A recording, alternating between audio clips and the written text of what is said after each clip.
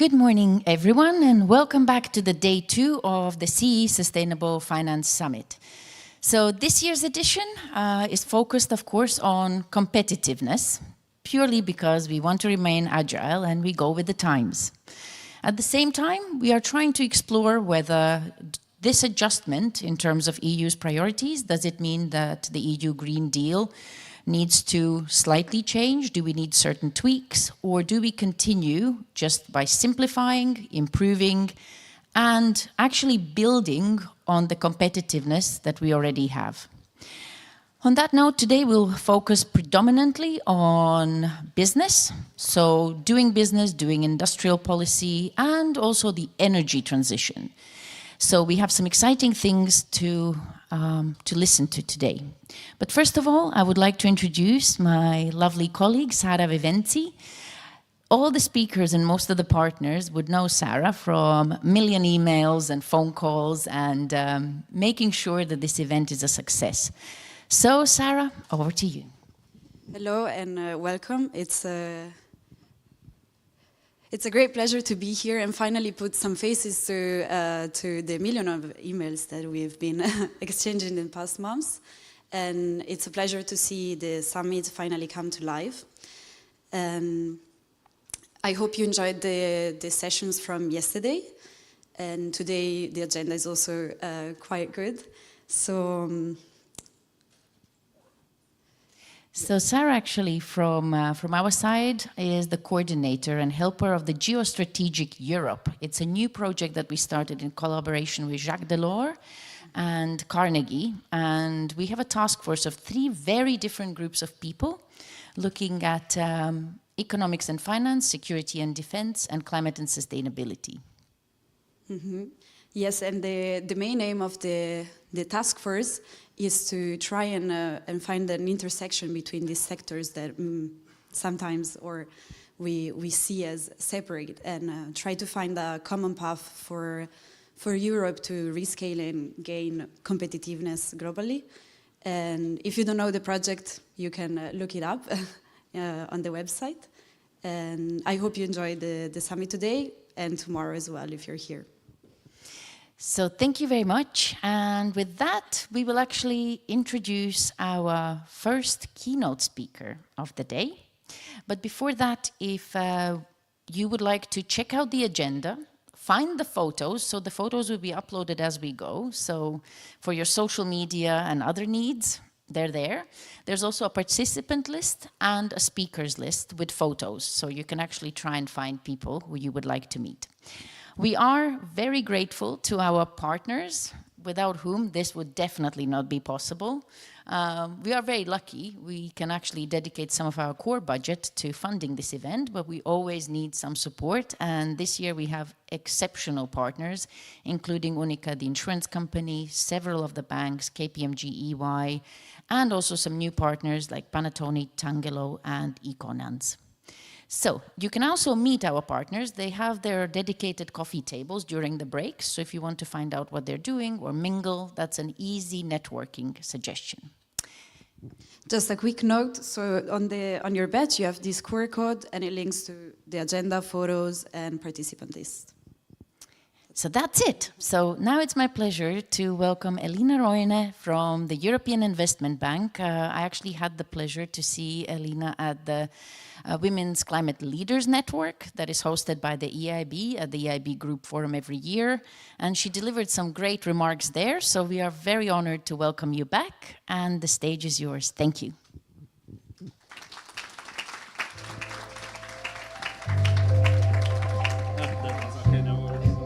So, good morning, ladies and gentlemen, and esteemed audience, all the fellow speakers, and the panelists that will follow me.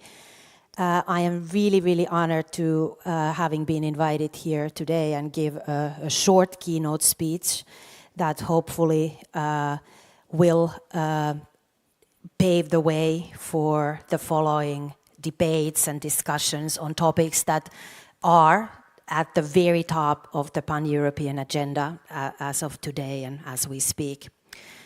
Now, the introduction already mentioned the security, also competitiveness, and the green transition of the European economy. The three pillars that some might say are not always compatible and are challenging to address simultaneously. I would actually argue the contrary. And let me try to unpack that statement and speak concretely about three specific themes. First, the EU Clean Industrial Deal, and then building on that and the two core areas of that deal, I will speak about innovation and low-carbon energy transition. Before I dive into these three topics, few introductory words to set the scene. We are facing new geopolitical threats, including a war in our continent and experiencing economic shocks, including looming punitive trade tariffs and threats that threaten our exports and critical supply chains. Europe is more than ever exposed to digital vulnerabilities. Simultaneously, Europe is warming by far the fastest than any other continent, and costs of inaction are increasing rapidly. Security in this era goes far beyond the protection of our borders. It encompasses energy security, cyber defenses, financial stability, and capacity to respond swiftly to both internal and external crises.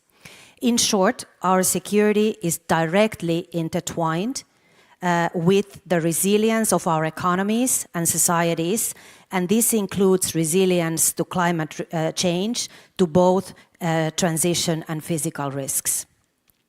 And that actually brings me to the first of the topics I mentioned before, the EU Clean Industrial Deal. The global economy is undergoing a seismic shift. Against that backdrop, the Clean Industrial Deal is one of the key playbooks, if you will, for the acceleration of transition to sustainable and competitive European economy. It is about creating a modern, resilient economic system that is built to last. When we modernize, we also decarbonize. I firmly believe that net zero target and the environmental sustainability are opportunity for Europe. We are talking about new markets for clean tech, where in various segments actually, such as, for example, electrolyzers and wind energy technologies, Europe is still leading globally. It is also about rebuilding stable supply chains based on European resources, including critical raw materials, and investing in skills and talent to innovate and for innovation and implementation. It is also about rebuilding stable supply chains based on European resources, including those critical raw materials, and as I said, fostering the talent that we already have in Europe, as I said, investing in skills and talent. The EIB Group, the EU Climate Bank, is walking that talk. We are now extending close to 60% of our total annual funding of 89 billion euros in 2024 to green investment across Europe and globally, including here in the region. Sustainable and innovative zero-emission tire manufacturing in Romania, investments in resilient power grids here in Czech Republic and in Hungary, and financing of resource-efficient water infrastructure in Slovakia, to name few of the projects that we have financed in the recent past. Now, let me move to my second topic, innovation. That really is one of the key themes that features prominently in the EU Clean Industrial Deal. I start with the statement that there is no transformation without investment in innovation. And with that, Nicholas Stern, Professor Stern, has coined this term of two I's, or two-eye challenge. that refers to dual challenge of low carbon transition. We must both invest and we must innovate.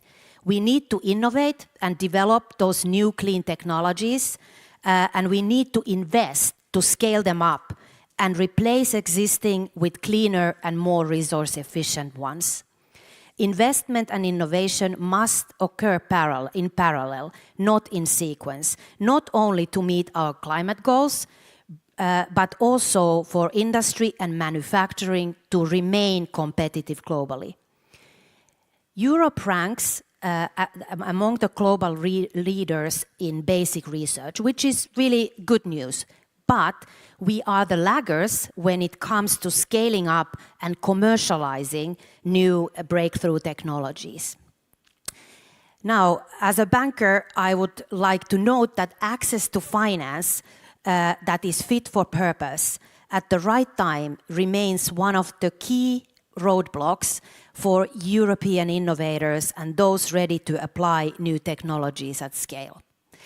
According to the Draghi report, as a share of GDP, European firms spend about half as much as their US peers on research and innovation.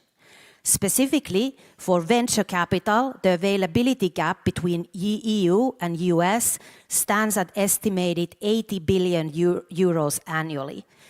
And maybe not so fun fact, in 2022, so a few years back, 58 founders of US unicorns were actually born in Europe, in the euro area, but decided to immigrate and innovate in the US, where the AAA challenge of finance, I will come back to that later, the availability, accessibility, and affordability is more often than not easier to overcome in the US than in Europe. Now, you may be familiar with the S-shaped curve of the technology innovation. To further illustrate what I mean by what is meant by that, when Ernest Hemingway was asked how he went bankrupt, he answered in two ways. First gradually and then suddenly. Technology change happens much the same way. The innovation process and prototyping is slow, gradual process with typically heightened risk of a failure, a lot of uncertainty there. And then, rather suddenly, breakthrough happens, the innovation gets scaled up, and the whole industry pivots. Case in point, the European offshore wind industry. Due to this inherently risky nature of technological change, innovation and application of breakthrough technologies requires risk capital from patient investors. And here is the conundrum. The risk capital is usually not very patient, and patient investors are oftentimes risk averse. While public funding and incentive schemes, such as European Innovation Council initiative, can bridge some of those market gaps, private capital, nevertheless, must be the name of the game when we talk about innovation and scale-up. At the same time, public banks, such as the EIB Group, have key role to play in tackling that earlier mentioned AAA challenge, meaning the availability, accessibility, and affordability of finance at the right time and in the right form. What EIB can do is to leverage on scarce public resources, such as those under the InvestEU program of the European Commission. We are catalyzing private sector financing, not only by providing that long-term patient risk capital, but also by de-risking investments for crowding in the private sector and improving that business case for sustainable investment. EIB Group is already one of the largest public supporters of innovation in the EU. Since 2000, the EIB Group has invested around 320 billion euros in innovation and skills. And last year, specifically 10 billion of our financing targeted investments in the EU strategic technologies. Concretely, EIB's venture debt toolkit has been pivotal in supporting young EU growth companies and innovators to scale up. I could mention quite many of those ventures, but as an example, the EIB financing of 8 million euros to Nomagic in Poland, signed last year under the InvestEU program, supported RDI efforts of the company in the area of intelligent robotics and for logistics. Our cleantech guarantee facility that we will be piloting in the coming months will add yet again another de-risking instrument to our product toolkit to further catalyze technology scale-up and funding for the European innovators. Moreover, the European Investment Fund, the EIB subsidiary, continues to be the leading venture capital investor in Europe and the largest public investor in European venture capital funds, thereby supporting innovation in growth companies, startups, and scale-ups. Now let me move to my last topic, and I wanted to talk about the low-carbon energy transition before I wrap up. The low-carbon energy transition is also one of the key pillars of the European Clean Industrial Deal and features prominently in the Draghi report. So to start with, the war in Ukraine, as we know, exposed the vulnerabilities of the European energy system to geopolitical risks. While Europe has stepped up its efforts to diversify and electrify, dependency to fossil fuel imports is still a reality, and energy prices remain high and volatile. At the same time, the cost of energy is one of the key drivers of the industrial competitiveness in Europe. Our industry base, especially those in high energy-intensive sectors, face global competition from countries with looser environmental standards and cheaper energy prices. The low-carbon transition of our energy sector rather strengthens than weakens our competitiveness. It will provide further security to access to energy, and over time will lower the energy prices. So against that backdrop, the solution is not to slow down, but to speed up. And this means many things, but I will focus on three. First, we must continue investing in electrification and production and transmission of the clean and secure power. In Europe, we already spend 10 times more in renewables than in investments in fossil fuels, and we have enormous remaining potential in wind, solar, hydrogen, and advanced energy storage.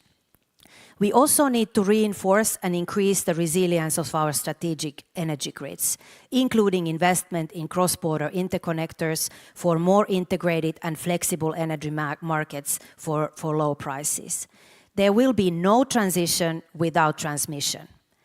Second, we need to support our energy-intensive industries in transition and invest in energy value chains upstream. The Net Zero Industry Act, Critical Raw Materials Act, and Innovation Fund combined with strategic investments in clean manufacturing are the step to the right direction. We should indeed make sure that the European green energy transition is made in Europe. And finally, we must continue investing in energy efficiency. After all, the cheapest energy is the energy that we are not consuming. Financing of the energy transition is nevertheless a massive challenge, and therefore the European Investment Bank has been doubling down on energy, also in support of the Repower EU. Our funding to the energy sector totaled 31 billion euros last year, and we supported investments worth of 100 billion in total with our interventions. We made a record 8.5 billion financing available to great investments across Europe, mobilizing 40% of all the investments made in the sector last year. To further increase our firepower and impact, we have launched new products again, such as the 5 billion euro wind package, under which we are providing counter guarantees to financial institutions to mobilize further funding to wind technology manufacturers. We are also rolling out a similar product going for the grid manufacturing value chain. And EIB is going to again pilot a guarantee scheme to support the development of the EU long-term power purchase agreement market that is still at its nascency. Now, let me try to sum up by adding one further element to the to-do list, if you will, namely the regulation. Conducive regulatory framework is key to catalyze investment and mobilize financing.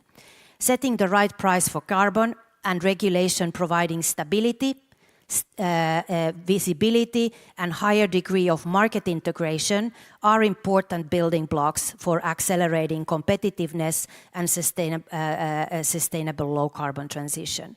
On the other hand, uncertainty, complexity and market fragmentation are hindering capital flows. We need to simplify to amplify. Under the Green Industrial Deal, the red tape related to permitting is being cut for strategic investment, and the Omnibus regulation is an example of efforts to decomplexify. As part of the Omnibus, EIB specifically has worked closely with the European Commission to simplify the mandate setup, and that hopefully will allow us to deploy further risk capital. And the expectation is that thanks to these simplification measures, further 50 billion of investment under the InvestEU program will be mobilized in the coming years. Now, I have spoken about the Clean Industrial Deal. I have talked about innovation and low carbon energy transition. Let me now take a step back and conclude that for decades, Europe has stood as a pillar of peace, openness, and shared prosperity. Now, the world as we knew it is no more. But in the adversity lies also an opportunity. And my message here this morning to you is that let us not get distracted by getting overwhelmed. We need to stay united across the borders and across sectors, public and private, pivot and build and rebuild for better. Innovation and investment to clean technologies, renewable energy value chain, and circular economy models will not only help us to transition, but it will also help us enhance our economic resilience and drive growth and competitiveness for the future. In this way, we might benefit from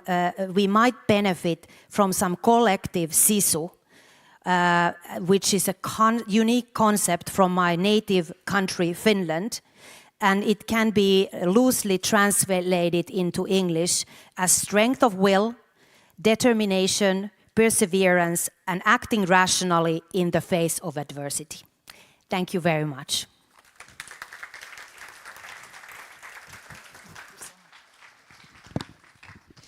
Thank you so much. Thank you for bringing up not only the omnibus, but also the very interesting things that are happening in terms of EIF being a huge supporter of venture capital and private equity in this region. It's been very transformational from the sustainability point of view. We have really seen that.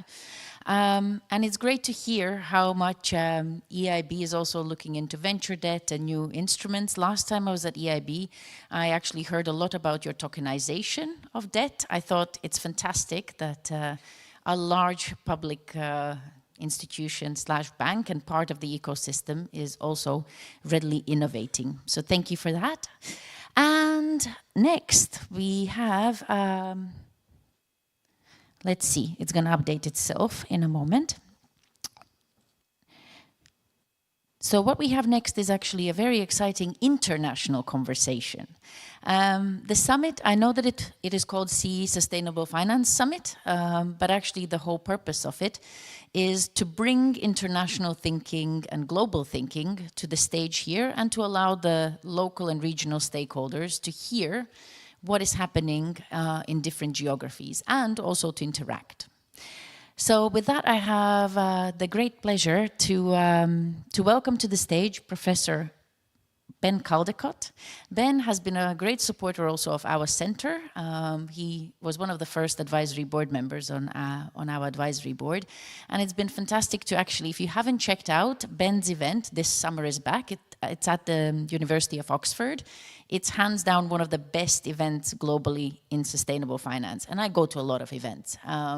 They have an Oxford-style debate that is absolutely fantastic. We're still discussing the year before because it was that good. And Ben is one of those people who has seen the sustainable finance agenda from the start.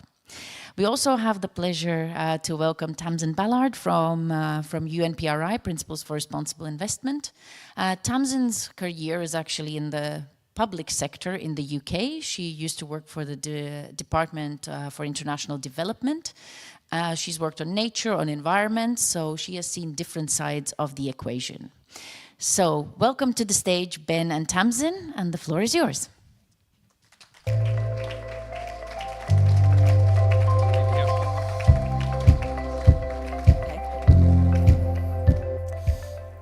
Well, Linda, thank you for that incredibly generous introduction, and it's delightful to be here and to have the opportunity to quiz Tamsin about a few things. And as you heard, Tamsin is the Chief Initiatives Officer at PRI, and before that worked in government. I was trying to remember when we first interacted in government, and I think it was CMCI. It was many years ago. Nearly 15 years ago. And lots happened since then in the sustainable finance space. So lots to talk about. And so one of the things I wanted to ask you about, given that you've got this very international perspective looking around the world in all these different markets, the big thing that's been happening, of course, is the US and the Trump administration, and that's sending all sorts of shockwaves across the agendas we work on, but particularly on ESG. What do you think this means, including for the kind of alliances that exist and have been nurtured over the last few years? Great, thanks, Ben. So look, it is absolutely challenging. You know, political tension, misrepresentation of responsible investment, risk of litigation. Responsible investment is under pressure, and in particular for those investors that have significant exposure to the US. And at the same time, we know that the material sustainability risks that responsible investors seek to mitigate are also rising, with economic and financial risks and implications with that. So I think probably the key thing to keep in mind on all of this is that responsible investment ultimately is about better risk management and long-term value creation. And so it very much needs to be resilient and thrive in any political circumstances. So back to then thinking, what is actually happening? I would very much echo what we heard yesterday from Sean and others, that actually we don't see that anything fundamental is going to be changing from what investors are doing. They recognize that these are material risks that need to be assessed and managed. But how they communicate it and what they communicate, that I think will change given the current context. And maybe just to give a few data points to support that. So we do every year a lot of reporting with our signatories. We have over 5,000 signatories, 120 trillion US dollars of assets under management. And the reporting that we did for 2024 was actually showing a continued expansion of responsible investment practices by our signatories, despite the context. That's supported by some work that ISFC did, also surveying, I think it was around 52 trillion or so of AUM investors. And they found that 3/4 of them were saying that they expect to see significant growth in sustainable investment markets over the next 1 or 2 years, despite the political headwinds. Last data point would be that we have over 1,000 signatories that are engaged, participating in different investor initiatives because of the efficiency benefits, the effectiveness benefits they get from that. So we think this will very much continue. And maybe just to highlight a couple of areas as to why. So one is on policy. So yes, absolutely, the US has stepped back, but other countries haven't. So we just heard from Elina on the EU and in the clean industrial deal, for example. We know that in the EU with the climate economic transition policies are in progress in line with the climate law. The plans on the table for a legally binding interim 2040 target that's being discussed. So there's momentum that's happening in the EU. We heard last month China looking to put forward their national plan, their national climate plan, the NDC, later this year, that's going to be looking at all sectors, all greenhouse gas emissions. We heard yesterday from Sean talking about economic security as being another incentive, a driver. So US stepped back, but we don't think other countries are stepping back, in fact, coming forward on this. And maybe the other thing to highlight here is also about asset owners. So asset owners are, they own the capital on which the investment system is built. And how they allocate their mandate sets a really important signal in an influence in terms of how responsible investment is implemented. And we've heard from asset managers in terms of the importance of that signal, of having really clear, specific mandates with long-term performance metrics. And that being an important counter to the political pressures that they're facing. And you'll have seen over the last couple of years, you're hearing more and more from the asset owners on this. So last year and this year, a number of asset owners globally have made public statements in terms of their expectations that asset managers are managing these risks, and including, where possible, participating in the types of investor initiatives and alliances that you mentioned. And you're starting to see that impacting on the mandates as well. So earlier this year, a UK asset owner, for example, moved some of its mandates, so around 35, I think it was about 35 billion US dollars of assets under management were moved when they looked at their responsible investment policy. New York City pensions, 200 billion US dollars of AUM, likewise, as recently said, they may be moving their mandates unless they feel confident that the asset managers are looking and taking seriously climate risks. So I think that's another important pressure point for investors in terms of why they're at the table. This is about risks, but it's also about the long-term value creation and the opportunities that are associated with that. Yeah, so some powerful structural drivers and then commitments from the asset owner community. But just in terms of, in the US litigation, congressional investigations, concerns about antitrust, I mean, that is affecting investor coalitions and financial institution coalitions. You look at NZAM, the Net Zero Asset Managers Initiative, the Net Zero Banking Alliance. You look at GFANZ, there have been a whole raft of different changes since the new year. Is that a problem? And a lot of that is driven by concerns emanating from the US. But I agree, but back to the point in terms, I think it's not a significant change in terms of what investors are doing. Yeah. How they communicate it, that's the part that's changing. So, you mentioned the Net Zero Asset Managers Initiative. So, that was a recognition. So this is currently being reviewed, going through consultation with the asset manager signatories to it, to recognise we are in a different context now compared to when that was set up nearly 5 years ago. So what needs to be changed within that and reviewed to make sure it's fit for purpose for the current context? So again, yes, flexibility, looking at how to adjust things in terms of the changing context, where you've got policy advancements in some locations and rollbacks in others, but not seeing a change in terms of the investor kind of engagement on the issues and wanting to know what can they do about it. Yeah. And you were here yesterday. We've talked about a whole range of different topics. Are there things you're seeing, given that international perspective that you have, that we've perhaps missed out, or trends that are emerging that you think we should all be spending a bit more time on, that you're going to be spending more time on? Yes, so look, very briefly just on the issues side, just to reiterate, and back to your question, are investors stepping back?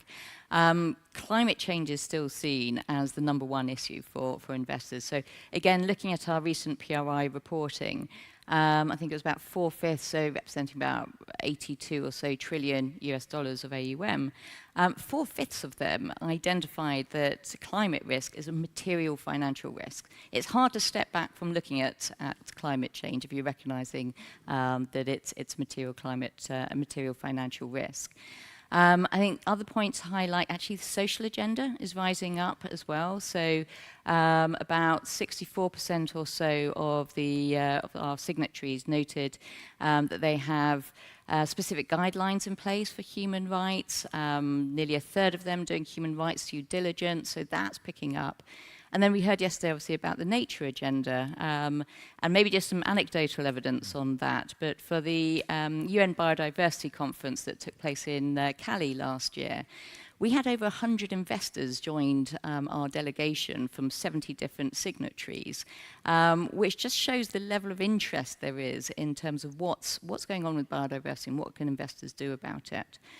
I think the other thing, though, I'd really highlight is policy. So that's been steadily increasing over the last couple of years, and I think it's very much at the forefront of many investors' minds. But we're not going to get the fast, stable transition that we need unless you have the ambitious, stable policies in place to do that. So we're seeing a lot of interest and engagement on that side. You saw just ahead of Baku, there's something called the Global Investor Statement, and that set out, that was published just ahead of Baku, and set out the expectations on governments, what governments need to do for investors to be able to act. And that was signed by 650 investors. 34 trillion US dollars. There is a lot of momentum behind this. Going back to your question around the investor initiatives, so you see within the Net Zero Asset Owners Alliance, for example, that has a policy track and put out a call to action to governments, fill the policy gap. We have a collaborative sovereign engagement initiative that's been piloted over the last couple of years in Australia. We've got a waiting list of signatories on that, and now rolling that out in Canada, and a lighter program in Japan. And maybe actually the other one that's also interesting on the policy side is the role investors can play through their investee engagement, so around responsible corporate political engagement. And so this is saying, if a company has a great deforestation policy in place, it's not of huge value if behind the scenes, either directly or indirectly through a trade association, they're lobbying governments to kind of roll back, delay, stop policies that seek to kind of decouple economic development and deforestation. So a number of different points where investors are looking at how can they engage in that policy space to get that right enabling environment. And we obviously have another COP coming up, a big COP, COP30 in Brazil, in Belém, November. You've got your big summit. PRI in person is going to be in Sao Paulo before it.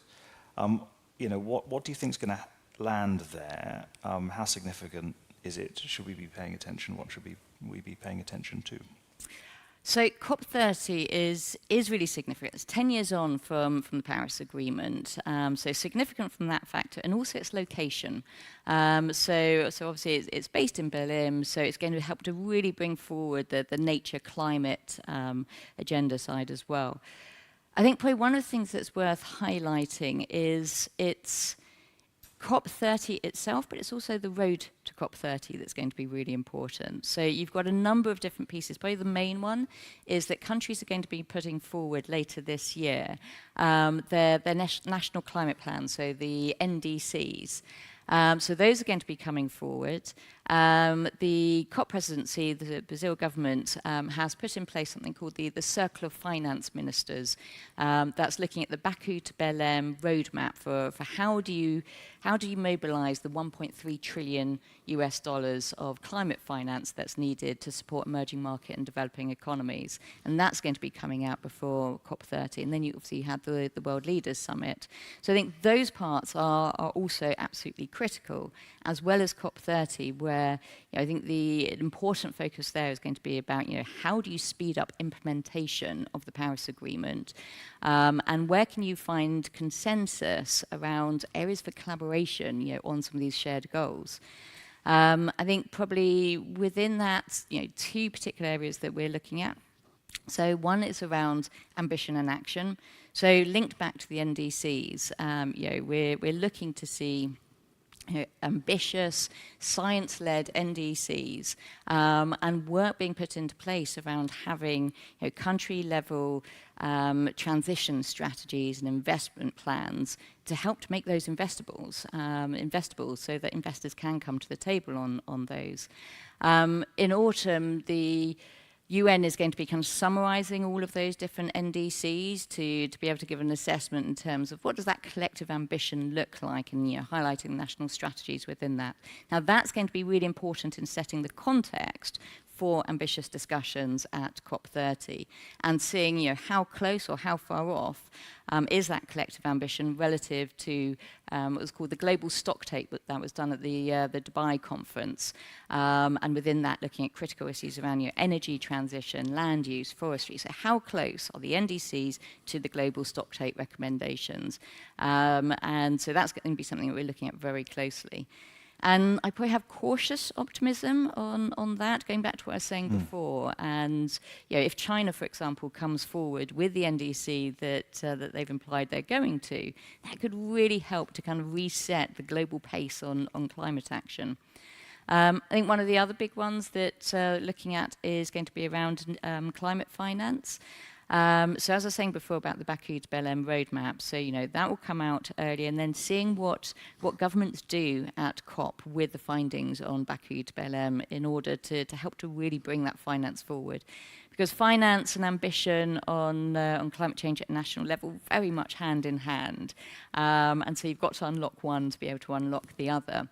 And so, we'd hope to see real progress being made on that. And from an investor perspective, that the government actions really reflect what they hear from the responsible investment community around, look, these are some of the key barriers that's limiting the ability for the capital to flow. Because from an institutional investor perspective, this is key on looking at emerging market and developing economy investment opportunities. In large part also because that is critical to addressing the global system level risk of climate change. We have to get the capital also flowing to emerging markets and developing economies. So kind of looking closer to what's going to happen there. And actually from a PRI perspective, we're looking to see what we can do to help support the different UN processes and really help to ensure the institutional investor voice is at the table on this, whether it's looking at the finance for development process in Seville in June through to, as we were saying, PRI in person. I think the other one I would just mention actually on the climate finance is this year is the conclusion of the Sharm el-Sheikh discussions as well on Article 2.1c of the Paris Agreement. And this is about looking at the wider alignment of financial flows with the Paris Agreement. And we really want to see what the next steps are going to be on that, because I think as well as mobilizing new money, it's also about ensuring that all of the finance is not adding to the problem.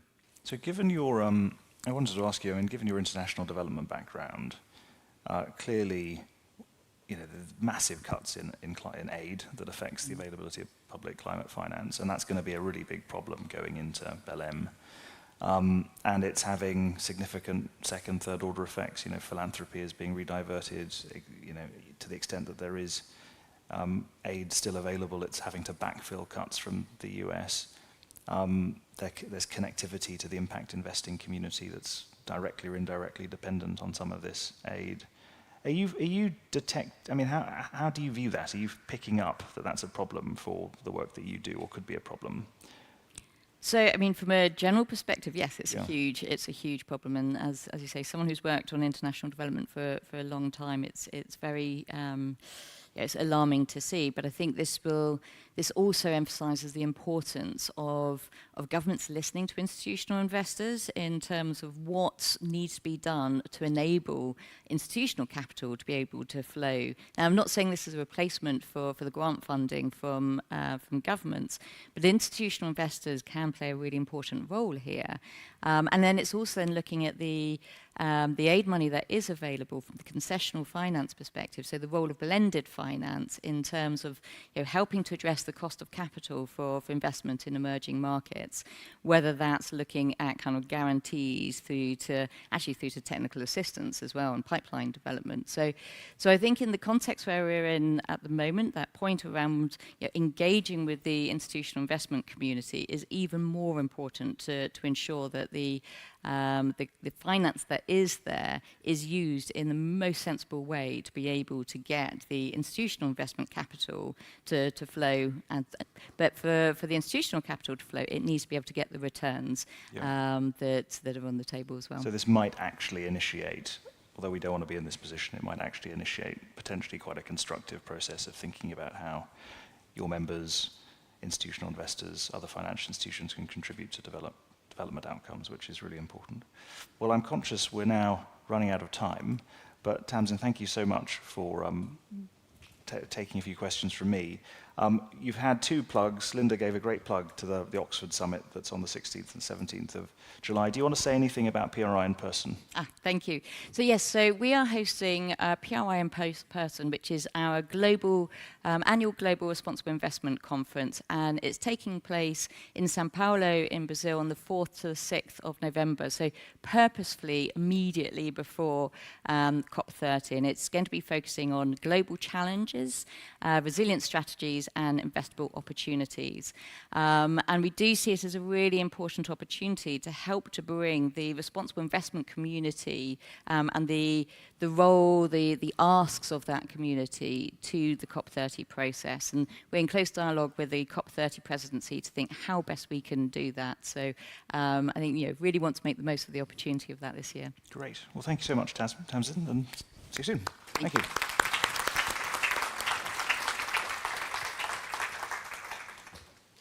Thank you so much. I think it's interesting. What it made me think about was, and we do see it, we do hear it, that at heart, investors are not changing anything, right? Data is data. You need data-driven decisions. You can see that some sort of policies, decarbonization, energy efficiency, etc., means potentially better valuations or cost savings, etc. So it is integrated in decision-making more and more.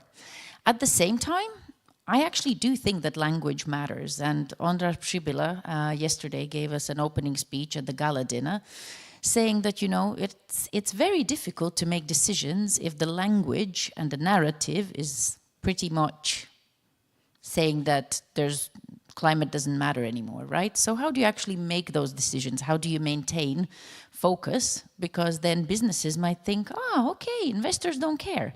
So I think that's something that we need to explore a little bit more today. And I think we have values-based leadership session in the afternoon, so it'll be interesting to hear from them. But now I have great pleasure to welcome Andrea Ferjencikova to the stage. Side you want? So I met Andrea, I think, many, many years ago when I started coming to Prague. And I was just blown away because back then, not many people knew about sustainability or sustainable finance. And Andrea was working at the European Investment Bank and doing a lot of very exciting things, trying to promote the bank's work and also sustainability. And now she has moved to the National Development Bank in Czech Republic. So congratulations to the Development Bank. It's a great hire. And it's great to welcome you here. I know that the CEO, Mr. Nedecký, unfortunately had urgent travel today. So first, to start us off, so why is actually the Czech National Development Bank now working on sustainable finance? And what are the kind of key strategic priorities that the bank is exploring? Since we have quite a lot of Czech audience, it would be good to hear what the bank is planning. Thank you, Linda. Thanks for a very kind introduction. And before we dive in, indeed, let me share best regards from our CEO, Tomáš Nedecký, who is actually on the way with Prime Minister to Ukraine. So that's also the way how the National Development Bank is not only doing business and supporting the economy here in Czech Republic, but also abroad. Sustainable finance at the NRB, or at the National Development Bank, is something what we have been doing for a while, but it has been a little bit more organic or spontaneous, and I think the bank is also coming to the momentum, or to there is a time of momentum when we want to make things a bit different. And I think it's important also to say at the beginning what is the philosophy of the sustainable finance and how we look at this. So firstly, and I think it's no one will be surprised that it's about how to finance the sustainability and what are the sustainable assets here. But what we add to this philosophy at the National Development Bank is to also look on the sustainability of finance, meaning not only to use the subsidies programs, but also to play the role of blending the finance and really using the public resources in a revolving way and thinking about the future, about the sustainability of this financing. I think if Tomáš would be sitting here, he would definitely mention his favorite example of how the German Development Bank is still using the money, the marks from Marshall Fund, which have been basically there for the German economy 50, 60 years back, and they are still using the money for financing the activities in Germany. Unfortunately, today we have to catch up, and we believe that this is something what we can still, besides of financing the sustainability assets, do a bit more. Interesting. So in terms of, we know that the structure of the Czech economy, of course, is mainly automotive, and we have certain vulnerabilities in the economy. I'm wondering, is there, in terms of priority sectors, etc., is there more focus also on improving infrastructure? I mean, I was on a train recently and I was just genuinely shocked by the delays and the slowness and the state of that train. Me and my colleague were just, I think we spent 2 hours discussing what needs to happen. Change needs to happen because, yeah, after that experience, you're quite willing to actually drive. So my question is, are there any kind of infrastructure projects and things that you are exploring? Of course, infrastructure takes time. It's not a quick decision making there. So just wondering about that. Yeah, that's very true. I think it's important to highlight that we are policy takers, not policy makers. And there is quite a lot going on the Czech market, on the Czech economy, to set the priorities for the public investments. But what I want to highlight here, and I don't know whether you have them on the panel, what we welcome is really the key initiative of the Ministry of Finance and the Sustainability Department team led by Ota Melcher, and then of course with Daniel Houska, who are setting the strategy and the tone on what are the and how to finance the strategy sustainability investments. And I think this is an important way how to, across all of the investment sectors, to pick up those who really make sense in terms of the sustainability assets, sustainable assets, and at the very same time also using the financial instruments to make the impact and to crowd in much more of the private sector. So we have high expectations of this process, and this is something where I personally also believe it could help us to step up in financing the both public infrastructure and so on. Yeah, I mean, we are great fans of Otta's work. I think that's been a real inspirational moment when you actually think, oh, bright people do go into government. And it's been great to see the catalytic effect it's had also on other countries that have managed to meet and listen to the technical assistance projects that they're doing, the kind of capacities that they're building and how they're trying to streamline across different ministries, the approaches, etc. Absolutely. So I think strategically, it is actually very important to have a coherent vision and strategy and implementation. Otta will be around later, so we can point him out to you if you want to chat to him. And I think Daniel's joining as well, some of the parts. Now, you have watched this market for quite a while. You also are very well connected across the region. So in terms of the most interesting developments, so what do you think will be the what will be next for sustainable finance in the CE region? From your personal perspective now, because I think also sitting on our board in the first couple of years when we existed, we had many discussions how the level of know-how and conversation seemed to be not very sophisticated. And I think we've actually achieved quite significant sophistication over the last 2 to 3 years. It's a huge improvement. Absolutely. I mean, like when I recall the first conversation which I had 6 years back, the region was still very reluctant on having even talk around the sustainability. I think the market has changed so much because business people, investors, but also the public sector see this as opportunity. And in a business talk, what is behind the opportunity is, of course, the business opportunity. So if you look also from the perspective of investor in this change, and if you think wisely, you can really achieve nice business perspective out of this. I think that the countries in the region are going still different speed.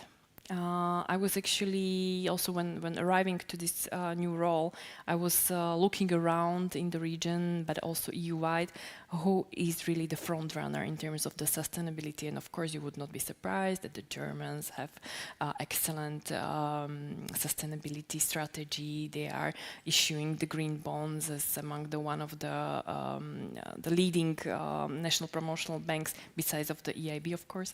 And it has been actually very interesting. I was just last week reading some survey which has been done by the European Association of the Long-Term Investors, which has been actually mapping the green finance across the EU, and it brought actually some nice, interesting key messages. And here I see the trends where we, as either the Czech National Promotional Bank or other countries in the region, should go. One of them was actually quite, maybe not surprising fact that majority of the green investments or green finance were dedicated to these big topics as Repower EU, Fit for 55, and not that many have been going towards the circular economy or R&D, the green R&D, which is a bit worrying because I think that there is huge potential. On the other side, and I think this is nothing surprising, is that the fact that it's clear that buildings and infrastructures are very natural recipients of the long-term financing coming from the national promotional banks.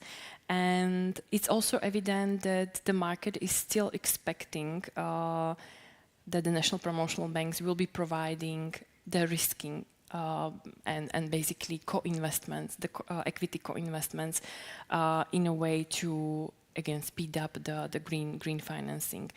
And it was also very interesting to see how much of the what's the share of the annual financing of the promotional banks towards the green investments. The average was 26%, which was, I don't know whether it's low number or it's high number, but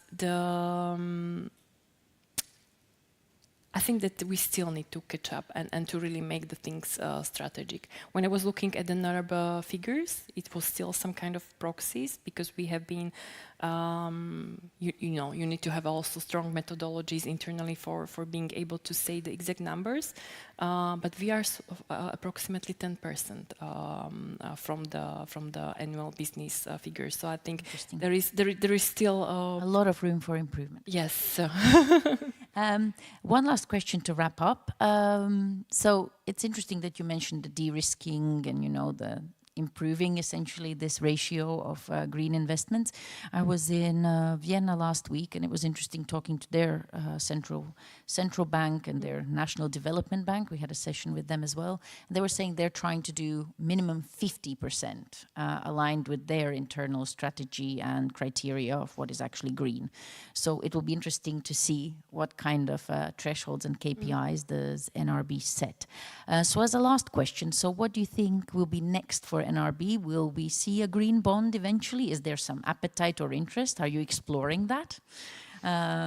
Or what are the kind of key elements of the green financing that the bank is discussing? We don't know what's going to happen, right? It's sometimes at higher political levels, but it's interesting to hear what the conversation is.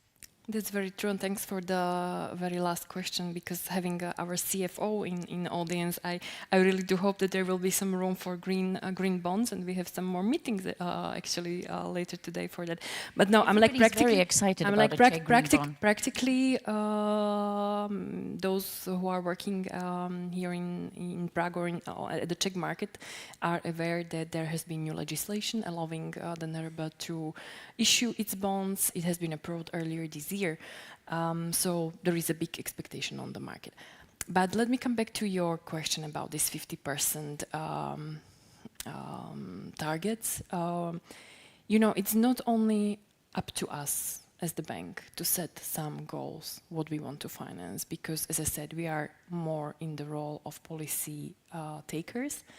And our financing usually reflects what our mandators or what our partners in the government are devoting us in a way, which projects should we finance. So if there would be political support, if there would be a will at the central governmental level, I think it would be quite easy to do enough of the sustainable finance investments. So it's not only up to us. It's really building strategic partnership. We are now we are on the way to create our new sustainable finance strategy.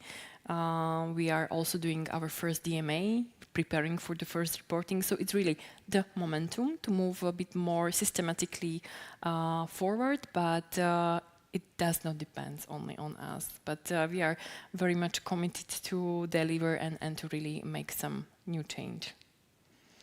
Perfect. Well, on that note, we're going to end here. So thank you very much. And we're about to move to the next session. Thank you, Andrea. Thank you, Linda, for having us. We're looking forward to the new strategy. Thanks.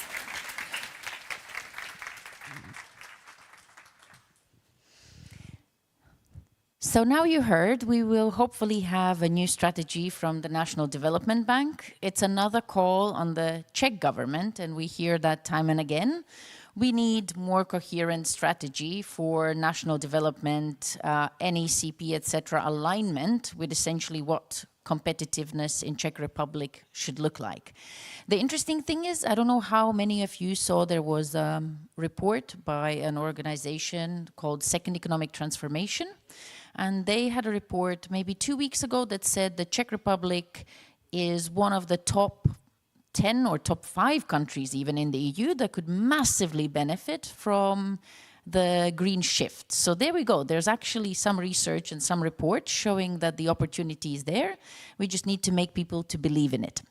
But next, I have the pleasure to introduce the next session, which will be run by people who have been working in the market for quite a while, and they have seen sustainability from many different angles. So with that, I would like to welcome to the stage Elina Piccola. She is the president of steering committee of the Chapter Zero Poland, and actually the founder of it, and president of Responsible Business Forum Poland. Irena is quite a well-known person across the CE, having been the former partner at Deloitte in Warsaw as well.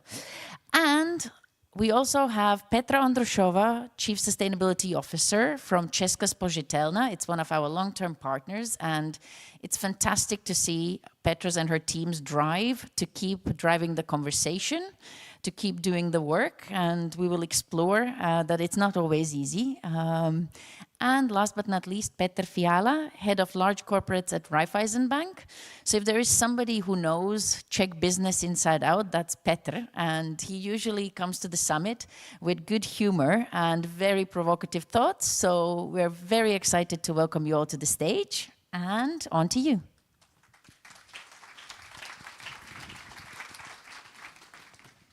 Thank you so much, and I have to start with actually saying a great congratulations to Linda. I remember being with you here on the first ones, and you made an amazing job with actually raising the level of awareness in the community, but also the level of engagement and encouragement to actually act together. And this is something which I do appreciate a lot. And I'm also very lucky here today.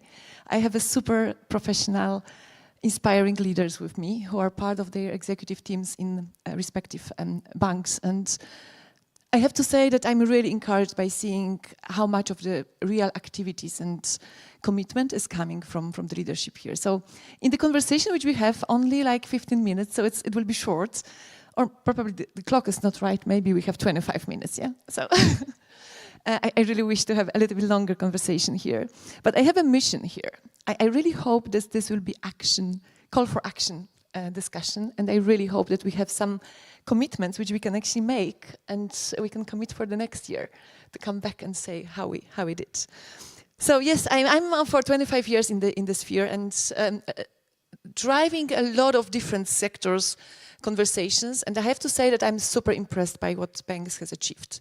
I totally can echo which was the conclusion of the last conversation, that banks has actually, they have been, for me, they were one of the sectors which actually made the biggest job. Obviously pushed by the regulator, but not only. Also the commitment for interacting with clients.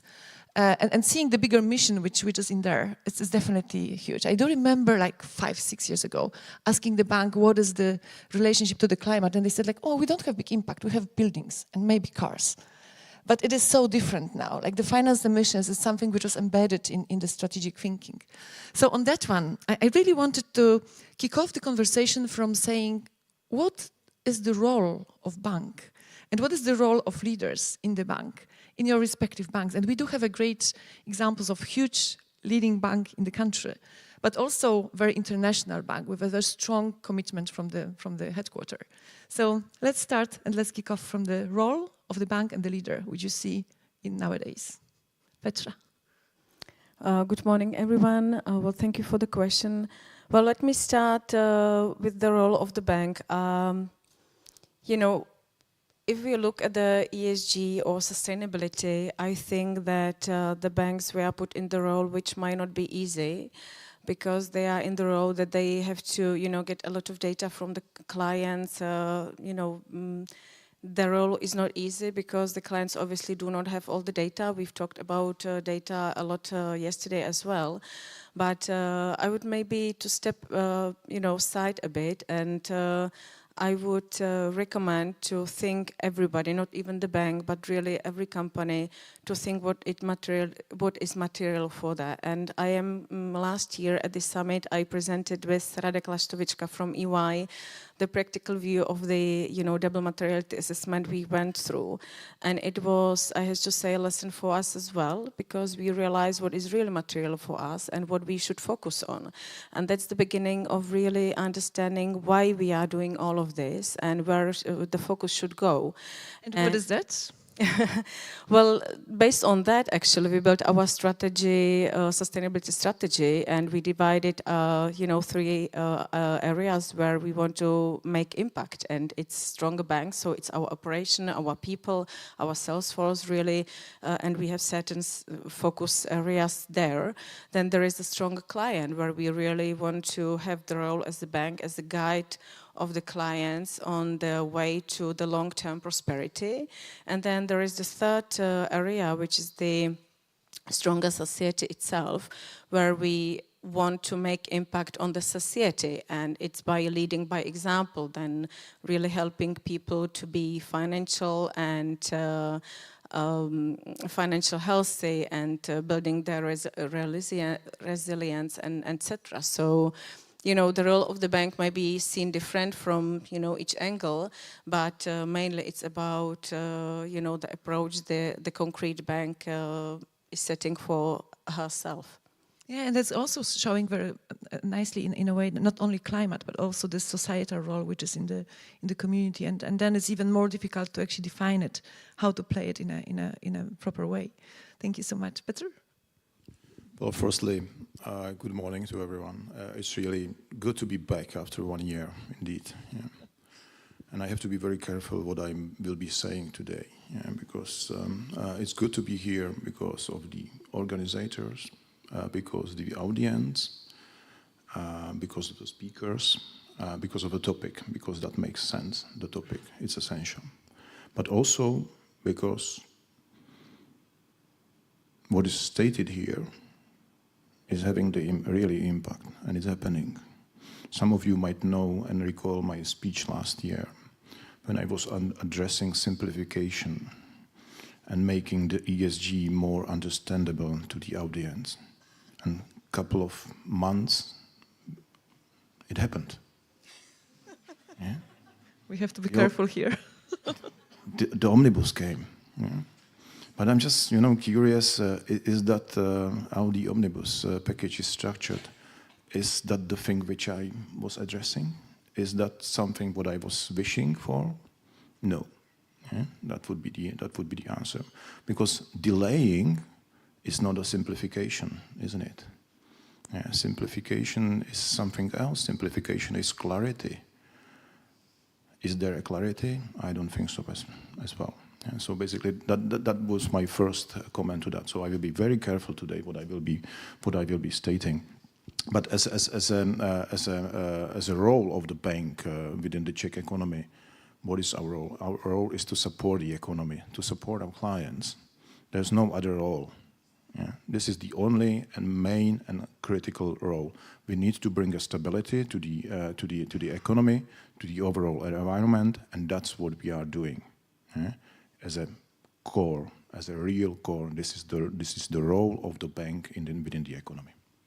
And catching up on delaying part, and obviously we cannot touch upon not mentioning omnibus here, but can you please also mention and explain and also maybe give examples on how are you going to actually kind of continue the strategic goals which you set for yourself with probably a little bit more challenging task on actually accessing certain data. And how do you see yourself in a role of interacting with clients, where from the conversations we had before, I was very impressed by the way you set yourself for actually interaction with clients. And actually both of you are a great example of coming from the business, working with the corporates, being banker, and actually having this ESG responsibility as something which is now defining your career. So please share this with us here. And also this is a little bit of this call for action, which I really hope for. So what you do to impact the way clients are actually heading ahead of these risks which didn't disappear, and how you actually help them and support them in this transition when the regulations are not forcing them, at least not as quickly as we hoped for. Okay, well, I cannot agree more with Petr what just has said regarding, the delay is not the simplification, and there we are getting really to the situation when the conversation is getting even harder with the clients, because some of them might just lay back, just don't take that seriously, but they just can, okay, it's not reliable for me now, it's not obligation, it's nothing what I have to care for another period of time, and it's a wrong impression. I would recommend to everybody to really go deep down to the thinking of what is materiality and double materiality assessment, not in a whole scope maybe, but really think, and yesterday it was said as well, some criteria, some things which we all look at and realize and really evaluate where my space is to, work on. And that's why I'm saying that the conversation with the clients are getting harder, because some of the clients might not see that. But as I said, our role as a bank is to be the guide of the clients and support them on their path. And I believe that talking about sustainability in a human way, meaning explaining that, it's like when you are talking about the taxonomy, nobody understands except the people who are really working in that area. But if you are saying to the clients, if you want to be more financial health, if you want to get better price, if you want to be, you know, energy efficient, etc., then those are the topics that people will talk about and will want to hear how they can improve. So I think that I do not have the recipe, and Petr is the head of large corporates, so he might get some other ones.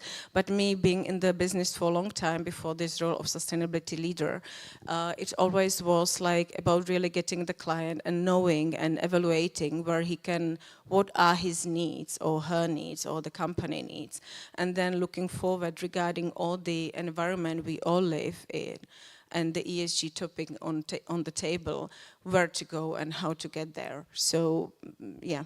And we do have a business day today, so actually we have our clients here. So, like, what are you really trying to do? Like, what is the kind of interaction which you are getting into, and what do you expect from your clients then? Okay, I will give the word to Petr. Last thing which is connected to that are always related to the data. So I would really recommend to start searching for the data and do, you know, the analysis, what data I have or what data points I have to get there, because it's the time when we will not be able to work without the data in this area. And from the bank role again, you know, EBA, every bank is regulated. I mean, we are the bank, so we have to get the data, and if we don't have the data from our clients, how we are able to put all the reports together? Is it gonna be on the I look at from the window and see, okay, now is hot, yesterday was cold, and the data is probably like this. It's just not gonna work the way. Yeah, and EBA guidelines are actually on there. Like there are like certain requirements which you do have on your shoulders, coming from kind of GAR and banking book taxonomy alignment ratio. So a lot of this is actually on your shoulders. But in a way, for clients here, we do have a set of some data which are necessary for the ones who are not under the CSRD, which is definitely at least around the GHG emissions, transition planning, which is important to know actually how to go about it, energy mix and efficiency, but also looking into biodiversity, great session yesterday, and also workforce, which is also part of the minimum kind of indicators which should be looked at, which are definitely needed for there. So what about Raiffeisen in a wider, maybe kind of global strategy, but also here locally? What is your interaction with clients? What are your expectations here? Well, the interaction is basically on a daily basis with the clients, and our effort and our task is even more important these days after the omnibus package, because of the uncertainty which is there. So we have a team in Raiffeisen Bank which is really focused on the advisory and the dialogue with the clients and explaining to them what is and what is not relevant to them, bringing them also the benchmarking, basically the comparison, what the other companies are doing across the segment, across the industry, across the region, across the Europe, across the globe. So basically comparing. The only reason why we do it, and because it's very simple, because we want our client to be successful, sustainable. This is the cornerstone of the banking. Yeah? You don't want to have a client which is not sustainable, okay? In the terms of on the long terms, because you support the client, because you know that basically any investment and the effort which you are putting in the client will come back. Yeah? So this is the main thing which we are doing there, and it's really the daily discussion with the clients. Now is important. Why? Because the ESG reporting is. It is already. Yeah, I was just thinking if is it or if is it not, but it is. It's the access to the capital. Yeah? Without the data, which are comparable, you cannot do the informative decision. Yeah? And it's valid for the banks, it's valid for the companies. So we're explaining to the clients, basically, you need the data, and there is a 50% of the clients already which understands the clients which they already have the data, they use their data for their own strategic decisions. they don't use the data just to provide it to the banks or to regulator or to someone else because someone is asking for that questions or for that data, but they use it basically for their own decision-making process. We banks, we need the same. Yeah? We need to fulfill the boxes for the regulator, but we, in our DNA, we want to make a decision.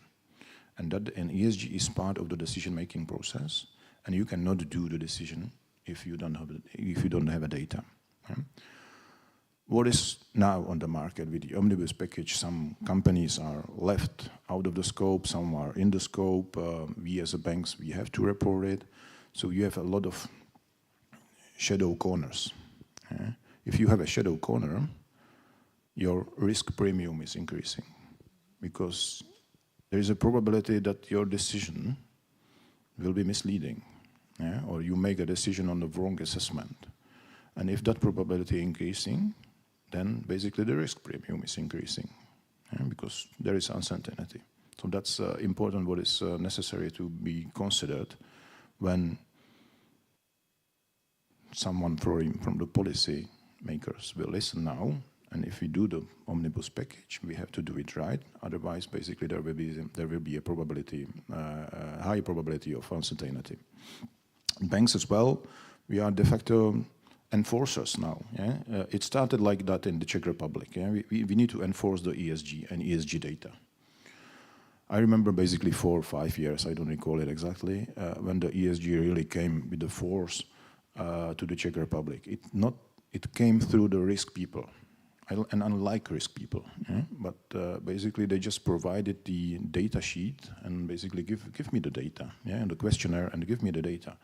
And there was no explanation why the data is needed. Yeah?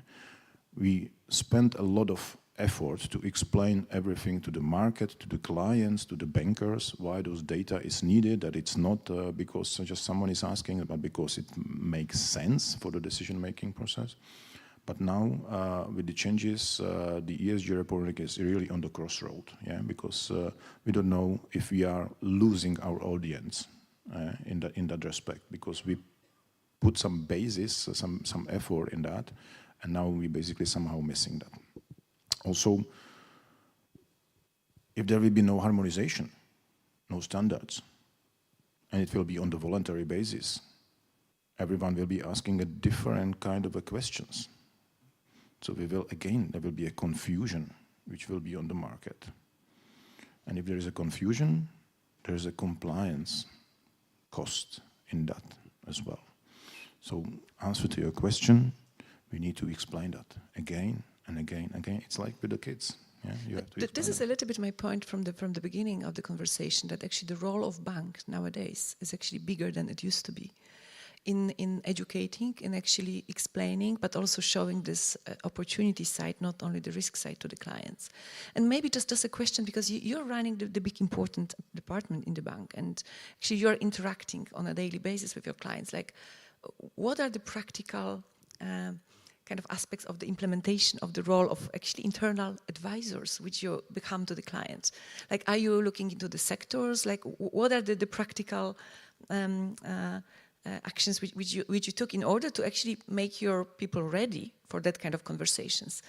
I spent my 25 years in the consultancy, and I have to say the consultants used to be the advisors, but now it's actually the advisors are in so many other places, and in banks actually you are important. You have an important role as an advisor to your clients. Are you ready, capacity-wise? Yeah, we are, but capacity-wise, we are actually ready. Yeah? Of course, the environment is making that is not making that easy for us. In contrary, more complicated. But we have, and I don't like the clustering. But for this exercise, we have 3 clusters of the clients. We have supportive, and that's based on the ESG data. Yeah? And the emissions. Supportive, transformative, and restrictive. The supportive, they are already on a good path. They have basically achieved their sustainability strategy, so basically that's a no-brainer. transformative. That's the clients which they need the help, and they are on the right way to basically to be sustainable. Do you request from them the transition planning or any kind of pathways? Yes, of course. Okay. Yes, of course. And then you have the this restrictive. This restrictive doesn't mean that we don't want to talk with that clients, that we don't have a dialogue with them. That's where we need to put our, focus, actually, where we talk to most of them. Because many of the clients which are in that brackets are because they are not providing the data. So we basically assess the data. We assess that on the industry averages, and so basically that might not be correct. So even for this kind of a group of the companies, it's extremely important to gather the information. I don't mean every information, but just to get the information and move the companies from the restrictive to the transformative cluster. Because, again, that's our role, to keep the economy running and successful. So basically not supporting the companies we will not be able to achieve such a goal. So basically that's the cluster where we really need to put our effort jointly. And on that, but very quickly, I just came back from Paris where we had our global Chapter Zero meeting where actually we educate boards and non-executives, and actually transition planning was one of the big topics. There's also a great resource, which is Transition Planning Toolkit. So for anyone who is actually looking at what to do in terms of the transition planning, I really encourage you to look at the big chain of knowledge which is actually in the Chapter Zero network there on the transition. And maybe because we have the last probably question to be asked, and it's good that basically the time was we had 10 minutes more. We started 10 minutes later. So just the last one on. So you do have a big role to play in a dialogue with the market, in dialogue with your clients, especially with the ones which we just highlighted that are in the transition periods, which shouldn't really waste this additional 2 years or maybe the kind of relief which they feel, but really to pick the strategic arguments why they should actually transform, why they should set certain targets. So what you as a bank may actually need from us here, and actually what kind of words for encouragement you can put here in terms of collaborating, in terms of maybe doing some things together, not to be alone. We saw the National Bank, definitely a big role to play, the collaboration which can be done, like UNEP, amazing presentation, such a great messaging coming from the investors community.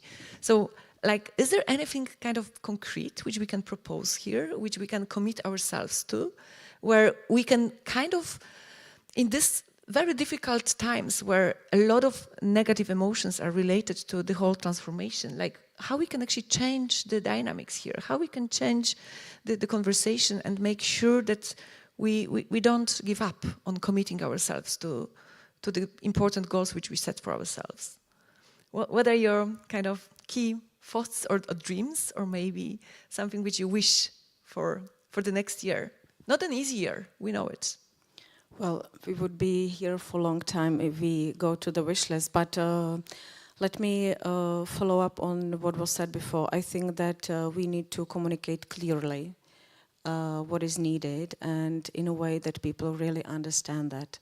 Because you mentioned one role of the bank, and I believe that it's building the awareness of importance of the topic, and we as a bank have different teams of advisors, strategies, etc. But at the end, deep down, it really goes to the conversation with the client on daily basis about the needs and about finding the way. And from my point of view, it's important that the ESG strategy are not put somewhere on the pedestal and, besides or behind or next to the strategy of the bank itself or the company itself. It really has to be integrated to everyday action, meaning not, try to find what the sustainability is for you, but really try to find a way and emphasize that the sustainability is a part of daily, acting. and what we need. And I can say that I'm happy that there are certain working groups on the level of Czech Bank Association, you know, discussion with the Czech National Bank, etc., on different topics, because at the end, this is one environment we all work, live, and, you know, should collaborate together, because at the end we have certain as was said, standards to requirements regarding the clients, and it would be strange if one bank wants something, another bank wants something else, then how it would look, how it would, you know, be. And at the end, all of us want to help our clients to build their competitiveness, you know, to long-term prosperity, and it would not be without making the environment where we can collaborate. So I would say communication clearly, transparently, in a way that a human being understands what it meant by that, and collaborative environment. Thank you so much. Petr? 3 things. Trust. Trust in data. So basically we need a harmonization and standardization. Not the fragmentation. That's a difficult word. Second one is clarity. Yeah? So basically we need the environment which is predictive, not that it's changing every year because it's a political wish to change something. And the third one, and that's the most important for me, it's pragmatism. No one is doing the investment which is not pragmatic. Yeah? Let's not force the companies, let's not force the economy to do something where the pragmatism is missing, because otherwise the overall goal which is there, which is the competitiveness, will not be achieved. So that's my 3 wishes. Let's see in 1 year time if that will be there. Strange to sit next to you here. And I would add to that, we also need leadership and courage.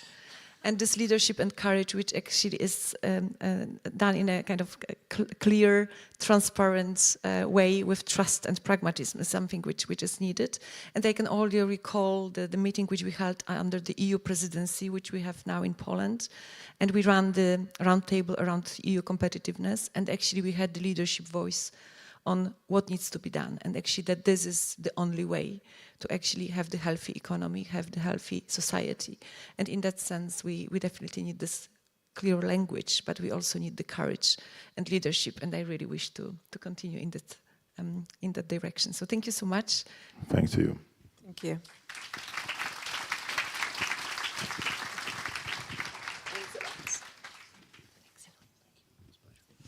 Well, thank you very much. That was excellent. I have so many questions.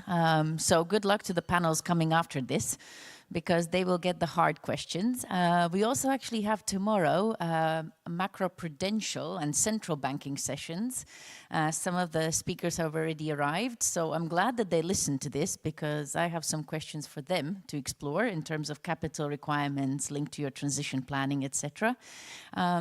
Because while it's right, we need an enabling policy framework so that we can implement that pragmatism, because pragmatism is heavily context dependent. So I think we need a slightly different context, which is strategic and actually embeds certain risk elements that previous panel discussed, so that we can avoid potentially losing competitiveness, or at least avoiding high energy prices, which is something that I really worry about. Anyway, now, guess what? We have the coffee break. There is some food, there is coffee. Refresh yourselves, get some energy, and come back here for 11, because we will start at 11 sharp. Thank you very much.